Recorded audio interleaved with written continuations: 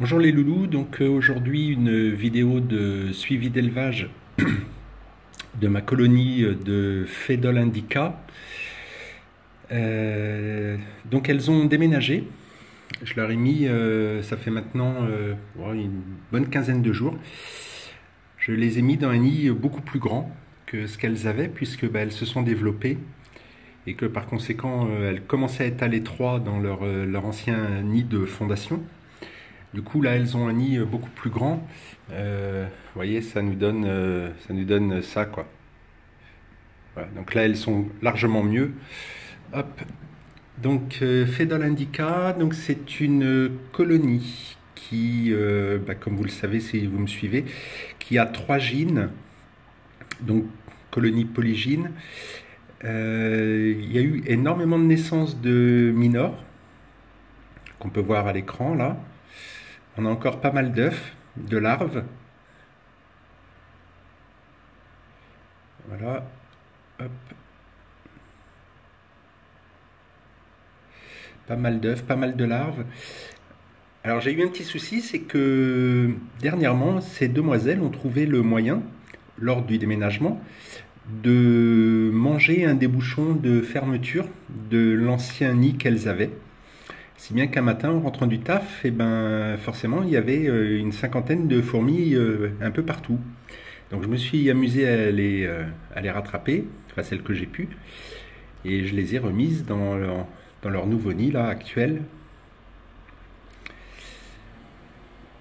Donc voilà, j'étais content en rentrant du travail de voir ça.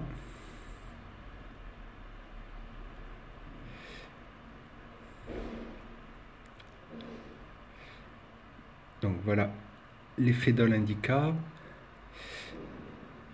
Alors pour reconnaître les gynes des majors, en fait, moi je me repère à la taille des mandibules. Les gynes ont des mandibules plus petites que les majors.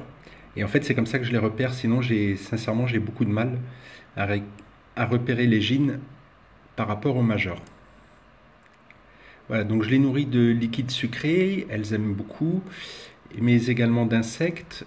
Donc hier soir j'avais mis des petits criquets, mais apparemment tout a été mangé. Je n'en vois pas là, j'en ai mis 5. Hop, donc voilà, ça c'est par exemple un major.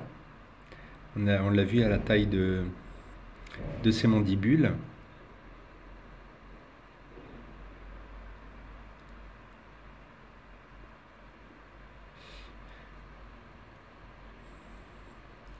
Donc elles grandissent, la colonie grandit vite, peut-être un peu moins vite que les Fédol pallidula, mais la croissance est quand même largement et très prononcée quand même.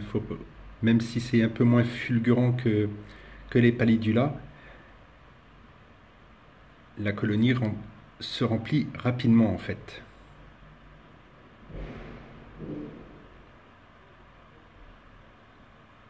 Vous voyez, là on a encore un tas d'œufs.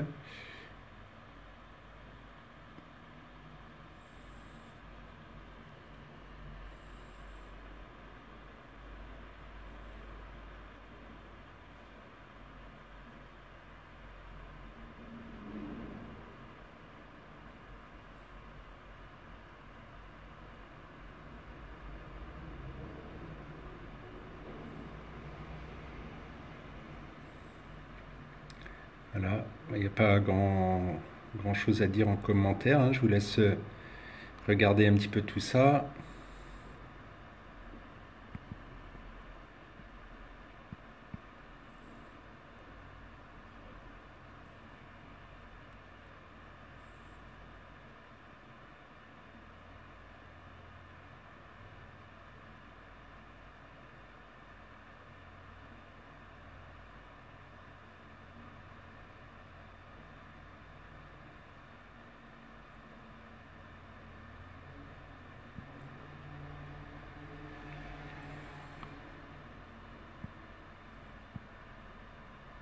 Et on peut voir un major qui a une couleur un petit peu différente des autres.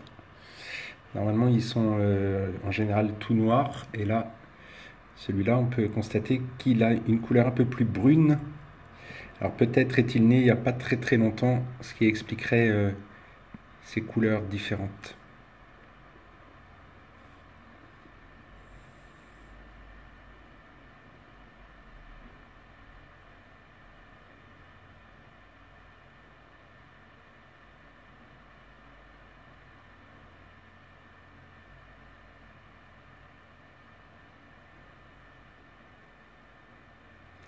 Donc voilà pour l'effet de l'indica.